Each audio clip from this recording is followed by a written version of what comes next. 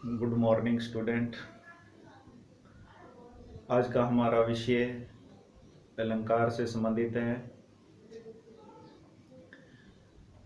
Students, कक्षा 8 और 10 में अनिवार्य हिंदी विषय में पद्य भाग में व्याख्या से संबंधित प्रश्न आते हैं। उसी व्याख्या वाले प्रश्न में तीसरा बिंदु विशेष के बारे में लिखा जाता है, जिसमें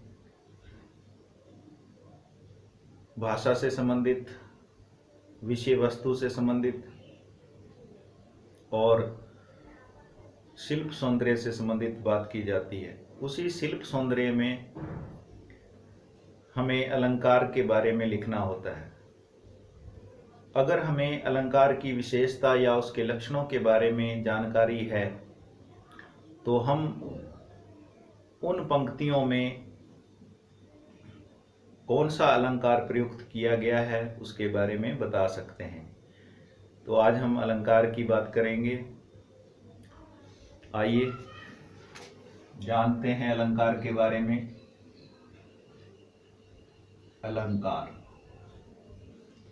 अलंकार दो शब्दों से मिलकर बना है, अलम प्लस कार। अलम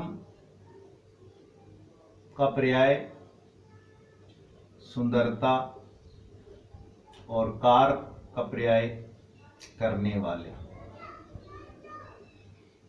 अर्थात हम कह सकते हैं कि सुंदरता करने वाले या सुंदरता बढ़ाने वाले तत्व अलंकार कहलाते हैं। अलंकार का सामान्य अर्थ सजावट से लिया जाता है। अलंकार का सामान्य अर्थ सजावट से लिया जाता है।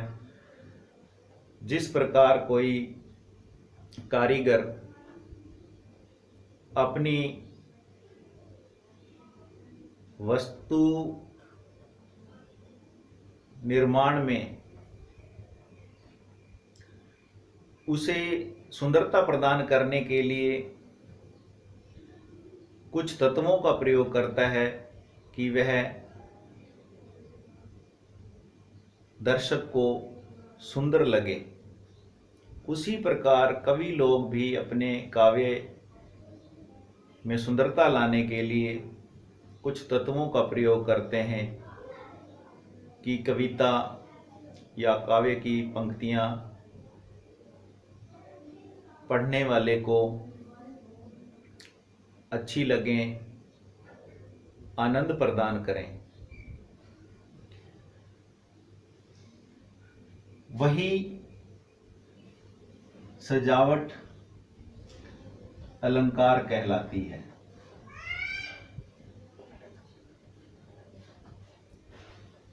आचार्य दंडी नाम सुना होगा। आचार्य दंडी जो संस्कृत अलंकार संप्रदाय के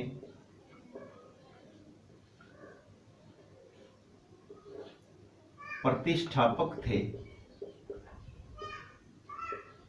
जिन्होंने संस्कृत अलंकार संप्रदाय का प्रतिष्ठापन किया।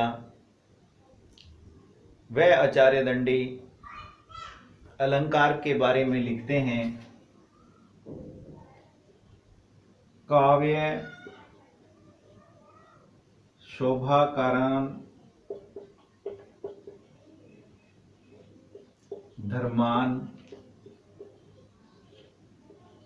अलंकारान प्रचक्षते। आचार्य दंडी ने अलंकार के बारे में उक्त पंक्ति लिखी है, काव्य शोभाकरान धर्मान अलंकारान प्रचक्षते। अर्थात काव्य की शोभा बढ़ाने वाले धर्म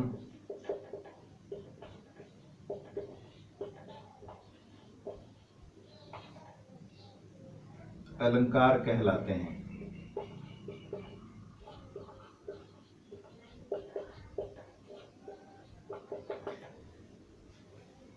अलंकार की शोभा बढ़ाने वाले जो धर्म हैं, गुण हैं, वे ही अलंकार कहलाते हैं। आगे इसके बारे में और जानेंगे। विद्यार्थियों, जिस प्रकार स्त्री अपने शरीर की शोभा बढ़ाने के लिए गहनों का प्रयोग करती है, उसी प्रकार काव्य अथवा कविता की सुंदरता बढ़ाने के लिए जिन तत्वों का प्रयोग किया जाता है उन्हें अलंकार कहते हैं। जिस प्रकार स्त्री अपनी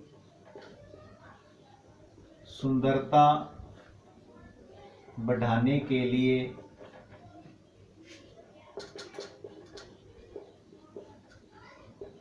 गहनों का प्रयोग करती है,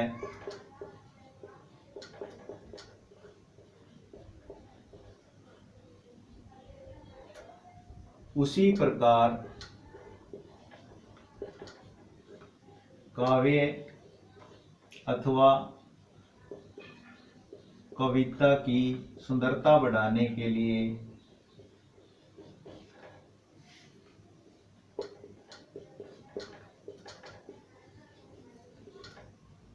कुछ तत्वों का प्रयोग किया जाता है।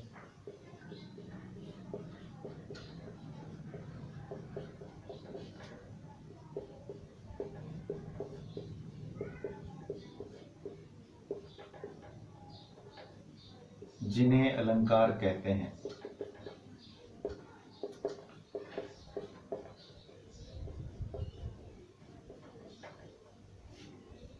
अथवा मुख्य बात हो गई काव्य की सुंदरता बढ़ाने वाले तत्व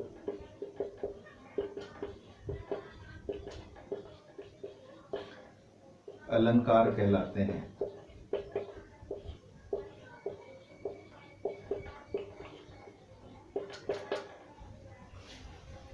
हमने जाना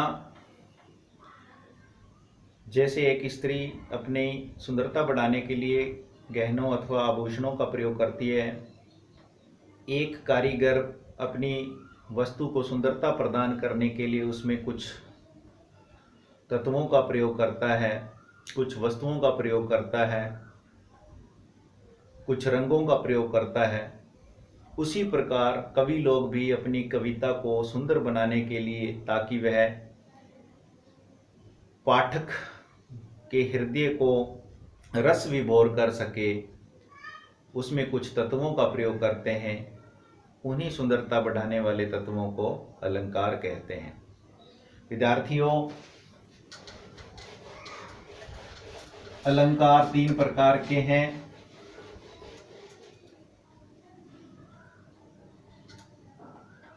एक है शब्दालंकार, दूसरा है अर्थालंकार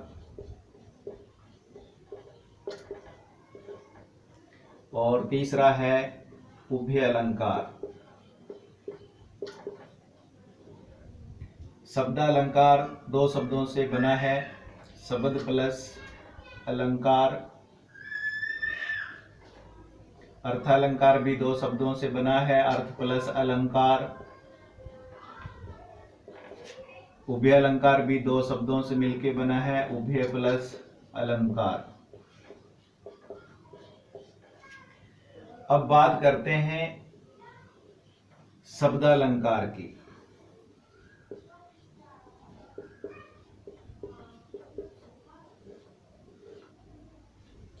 विद्यार्थियों, जब काव्य में शब्द के द्वारा कोई चमत्कार पैदा हो, वहां पर शब्दालंकार होता है। जब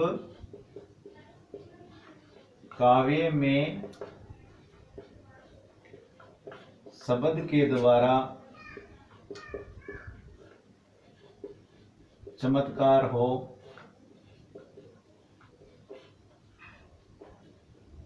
वहाँ शब्दालंकार होता है। शब्दालंकार में जैसे अनुप्रास, यमक, श्लेष, पुनरुक्ति प्रकाश,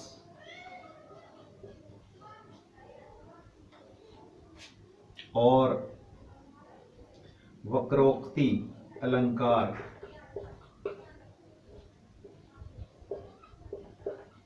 आदि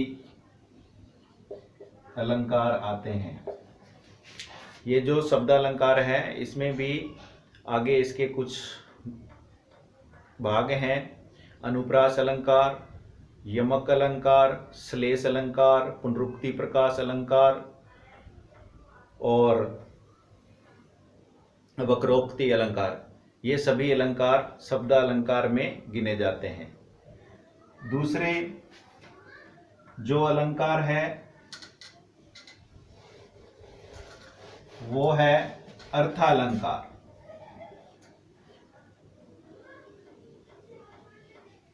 अब बात करेंगे अर्थालंकार की।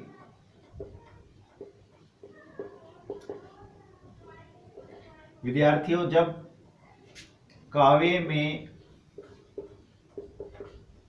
अर्थ के द्वारा चमत्कार हो,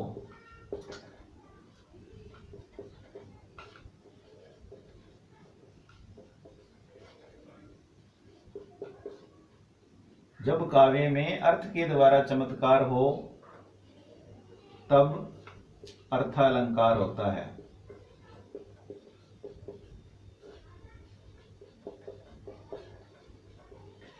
इसमें भी कुछ अलंकार हैं, जैसे मानवीकरण, उत्प्रेक्षा,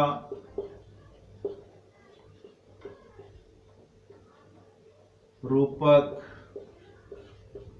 उपमा, विभावना, संदेह, भ्रांतिमान आदि। ये सभी अलंकार अर्थालंकार में आते हैं। इनके अलावा एक तीसरा अलंकार और है, वो है उभय अलंकार। उभय का मतलब है दोनों। विद्यार्थियों, जिस प्रकार मेंढक, कछुआ, मगरमच्छ पानी में भी रह सकते हैं, थल पर भी रह सकते हैं, दोनों अवस्थाओं में रहने वाले गुण होते हैं, इसलिए उन्हें उभयचर प्राणी कहा जाता है। तो उभयचर का मतलब है दोनों। उसी प्रकार इस अलंकार को उभय अलंकार इसलिए कहा जाता है क्योंकि काव्य में जब शब्द और अर्थ दोनों के द्वारा चमत्कार पैदा हो, वहां पर उभय अलंकार होता है। तीसरा हमारा अलंकार है उभय अलंकार।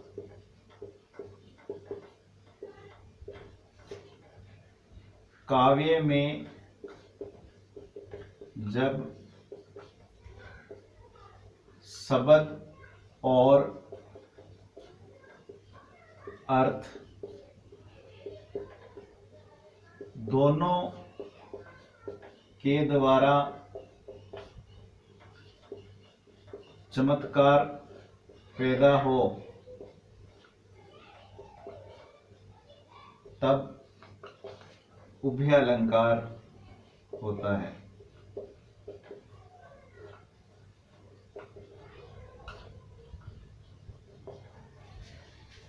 विद्यार्थियों, कक्षा 10 और कक्षा 8 में व्याख्या में पंक्तियों में सामान्यतः अनुप्रास, यमक,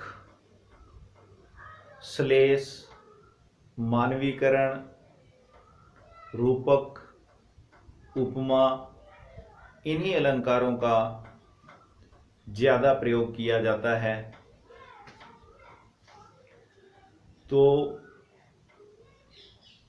ये तो थी अलंकार की परिभाषा, अलंकार कितने प्रकार के होते हैं। विद्यार्थियों, अगली वीडियो में हम इन सभी अलंकारों के बारे में बात करेंगे। आज के लिए इतना ही। धन्यवाद।